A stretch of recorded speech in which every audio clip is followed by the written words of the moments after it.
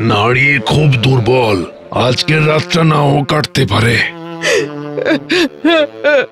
কবরেজ মশাই, কবরেজ মশাই, ওনাকে বাঁচিয়ে দিন।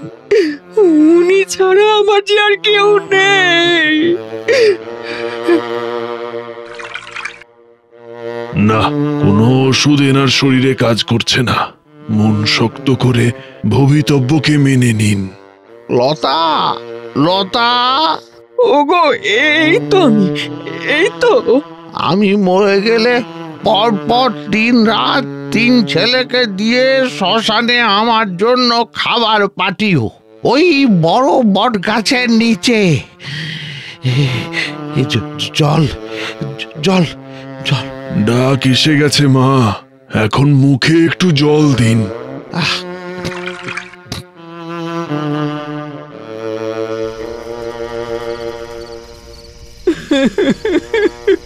বাবা, তুমি চলে গেলে বাবা। বাবু, কাঁদিস না বাবা, আমি তো আছি, তোর দাদারা আছে, কাঁদিস না বাবা।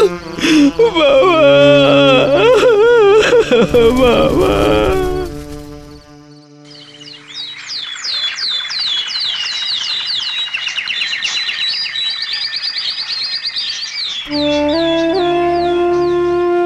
বাবা হাবু, আজ তোর বাবার খাবারটা রাতের বেলায় শ্মশানে রেখে আসিস বাবা। মা, আমার শরীরটা বিশেষ ভালো নেই। এই লাবু, তুই বরং জানা।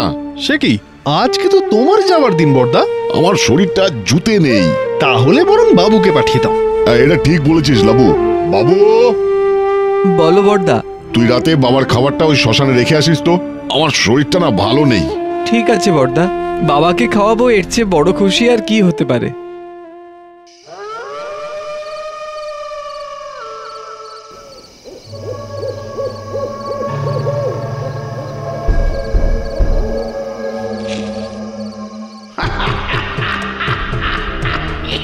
চলে যা, চলে যা, নইলে দারুণ সর্বনাশ হবে।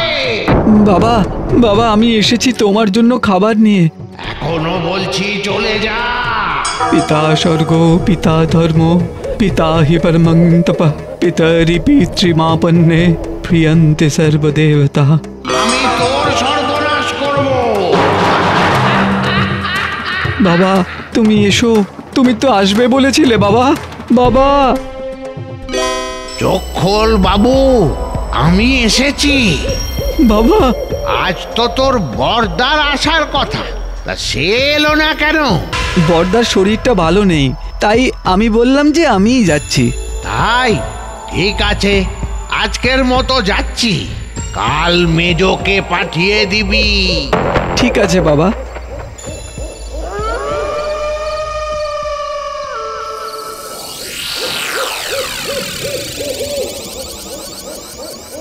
কিরে, বাবা আমার কথা কিছু জানতে চাইলো? হ্যাঁ বর্দা, বললাম তোমার শরীরটা খারাপ। শোন বাবু, কালকেও আমার বদলে তুই চলে যা। তুই যাবি না বাবা?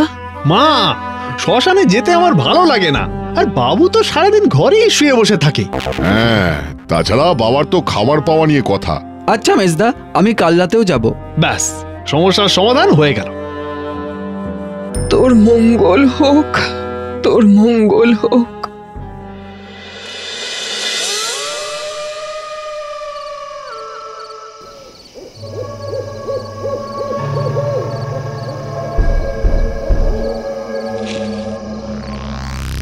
বাবা, তোর ওপরে আমি খুব খুশি হয়েছি। তুই ভয় না পেয়ে 3 দিন আমার খিদে মিটিয়েছিস, আবার তোর দাদাদের আড়ালও করেছিস। আড়াল করেছি? আমি সব জানি, আমার আত্মা তোদের সবাইকে ঘিরে রয়েছে, আমি দেখেছি সব। বড়দের কথা তো শোনা উচিত, তাই না বাবা? আমি তোকে একটা মন্ত্র শিখিয়ে দিচ্ছি। খোলা মাঠে দাঁড়িয়ে বলবি, আয় রে জাদু ঘোড়া, সামনে এসে দাঁড়া।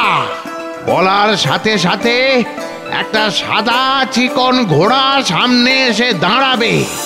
ঘোড়া?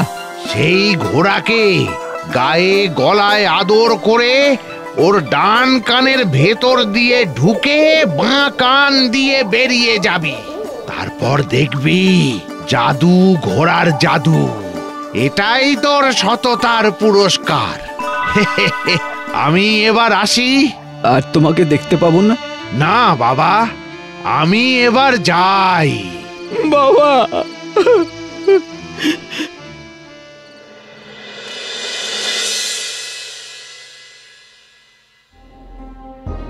শোনো মা, এইভাবে কাউকে বসিয়ে খাওয়াতে পারবো না। তোমার ছোট ছেলেকে বলো কিছু কাজকর্ম করে নিজেরটা চালাতে। কিন্তু বাবু তো ঘরের সব কাজ করে। সেটা কোনো কথা হলো? হ্যাঁ বাবু, আমরা তোকে সাফ জানিয়ে দিলাম, বাবা যাওয়ার পর এই 1 বছর তোকে বসিয়ে খাইয়েছি। হ্যাঁ, এবার নিজেরটা বুঝে নাও। আর নয়তো বাবা তোকে যেটা দিয়েছে সেটা আমাদেরকে লিখে দে। দাদাদের হোটেলে খেতে গেলে পয়সা দিতে হবে। হ্যাঁ, ও, তার মানে আমাকেও পয়সা দিয়ে খেতে হবে? আরে তুমি আর বাবু কি এক হলে? একদম এইসব ভাববে না তুমি। বাবুরে, যা হোক কিছু রোজগার করে আমাকে তোর কাছে রাখ বাবা। আমাকে একটু সময় দাও মা, তুমি কেঁদো না। শুনুন শুনুন শুনুন, আগামীকাল মহারাজ বিজয়াদিত্যের একমাত্র কন্যা চিত্রলেখার স্বয়ংবর সভা অনুষ্ঠিত হবে। রাজ্যের সকল যুবা পুরুষকে স্বয়ংবর সভায় আমন্ত্রণ জানানো হচ্ছে। শুনুন শুনুন শুনুন। রাজকন্যা স্বয়ংবর সভা? আচ্ছা, বাবা আমাকে যে মন্ত্রটা শিখিয়েছিল সেটা একবার বলে দেখবো। আয় রে জাদু ঘোড়া, সামনে এসে দাঁড়া।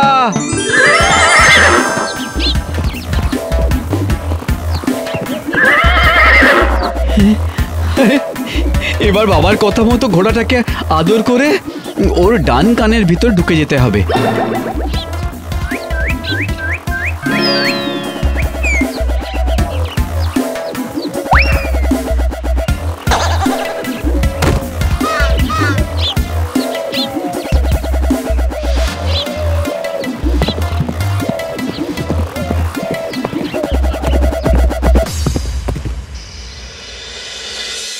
আরে তোরা বাবুকে দেখেছিস? কেন, বাবু কোথায় গেছে? জানি না, তোরা যাওয়ার পর সব কাজ সেরে সেই যে গেল, এখনো ফেরেনি। সকালে অমন করে না বললেও পারতিস। যা বলা হয়েছে ওর ভালোর জন্যই বলা হয়েছে। রোজগারের মুরত নেই, রাগ আছে 16 আনা। দাও দাও, আমাদের খেতে দাও। কালকে তো আবার জরুরি কাজ আছে আমাদের। হ্যাঁ, কাল রাজকন্যার স্বয়ংবর সভা, এই আমাদেরও তো যেতে হবে সেখানে। আমাকে ঠিক পছন্দ করবে, কি বলিস? আমাকেও পছন্দ করতে পারে, তোমার থেকে আমি কম কিসে শুনি? ছোট ভাইটা কোথায় গেল সেটা নিয়ে কারো চিন্তাই নেই। কোথায় যে গেল আমার ছোট ছেলেটা? বাবু, বুঝলি বন্ধু, মাকে নিতে যাওয়া ছাড়া আমি আর বাড়িতে ফিরবো না। আচ্ছা বন্ধু, কালকে আমি চিত্রলেখার মন জিততে পারবো তো? কি অসম্ভব আয়োজন, কেউ পারবে না। তাহলে আমাদের রাজকুমারী কি অবিবাহিত থেকে যাবে? কত দেশের রাজকুমারী তো এলো, কিন্তু ঘোড়সাওয়ার হয়ে উঁচুতে উঠে আমাদের রাজকুমারীর হাত থেকে উপহার নেবে এমন মানুষ কই? কিন্তু জানো, আমার মন বলছে কেউ না কেউ আছে। কে আসছে রে? এই আবার কোন দেশের রাজকুমার? কি তেজি ঘোড়া, কি দাপট!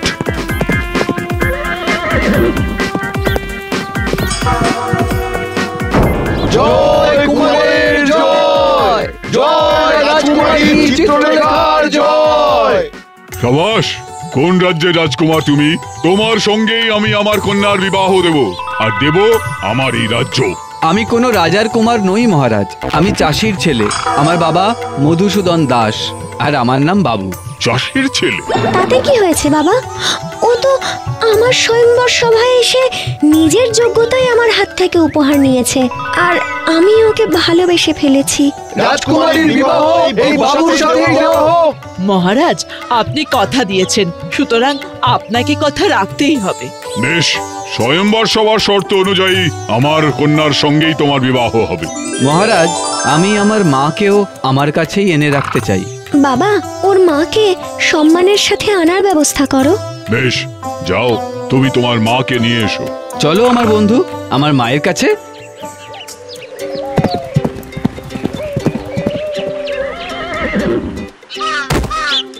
মা,